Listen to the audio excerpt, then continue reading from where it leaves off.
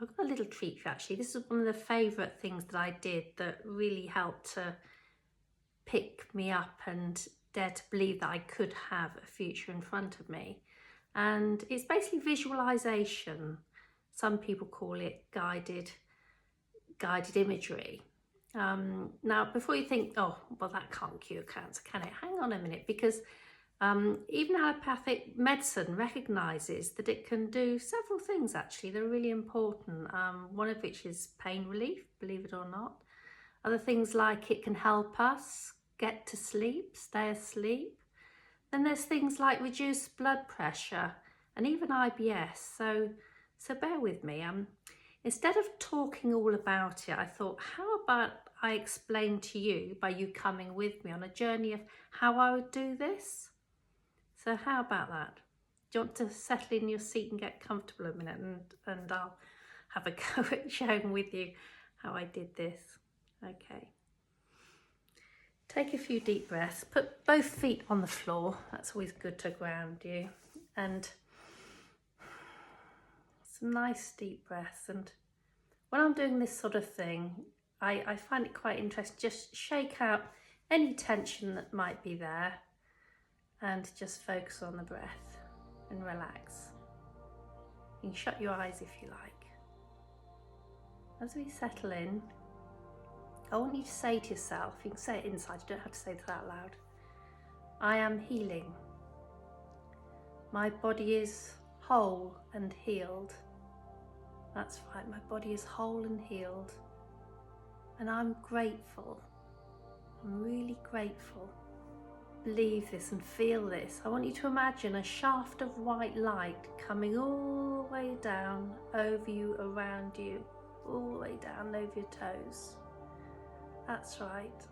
And as you breathe, breathe in that white light, that beautiful healing white light, and exhale that white light out again. That's right. In and out, this beautiful healing bright light.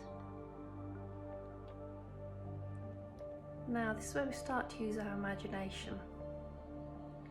I want you to imagine whatever it is that is an issue for you, whether it be something that's maybe uncomfortable or even the tumour itself, or metastatic disease, whatever it is, I want you to focus on that.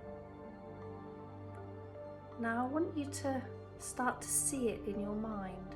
What does it look like?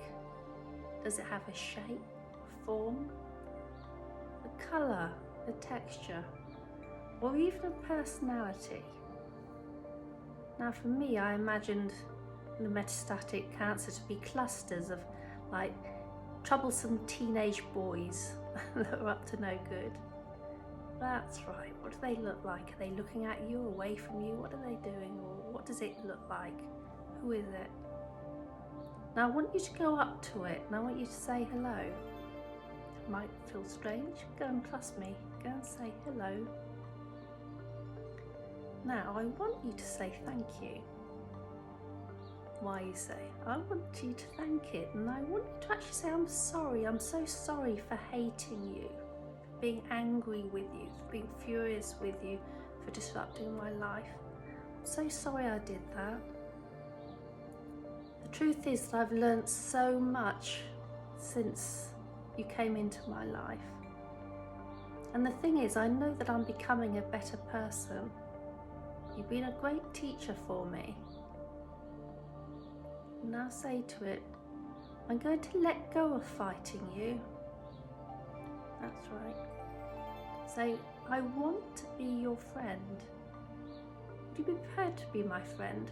So I want us to work together. I want to partner on solving this. That's right. And then turn around and say to them, I know that I love you and I want to accept you where we are right now. How does that feel? And then I want you to say to it, is there anything that I need to know? Is there anything you'd like to share with me? Is there anything bothering you? Perhaps you'll ask it something like, why are you here? What do you need to tell me? As it breathe and just wait and see if there's an answer. I know this might sound daft, but you just wait and see. Just see what arises.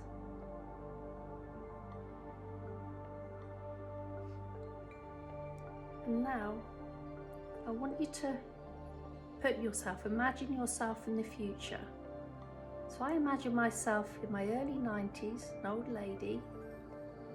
I imagine myself walking through a garden, my garden. I'd have a basket on my arm. It was a lovely day that I imagined in the future. And I was picking flowers. Each single stem of a flower I would lift up, turn around, admire its beauty, its colour. Perhaps it even had a fragrance. I would smell it. There I was, doing this visualisation. I'm in the future, imagining my 93-year-old self in this beautiful garden. I even would do something like put my face up to the sun, feel the sun bathe my face, my shoulders, my arms. Oh, it's a glorious day. So happy to be alive, so grateful to be alive after everything that happened in my life. And I'd look back between where I am in the future and where I am now, and I'd imagine all the things that have been in that time between now and then that were fulfilling, magical, everything that will happen between now and then, how I got there, all the wonderful things that I did. I want you to be able to continue this visualization. I want you to be the actor in your own movie, winning the Oscar if you like. You're creating this movie, mind movie, and I want you to be able to stay there for about 30 seconds if you can, being in that place, in the future, your future self that you've become. That's it, enjoy it. So, I want you to come back to me now. I want you to imagine that shard of white light dissipating, the healing white light as you come back to where you are now. So how did that feel for you?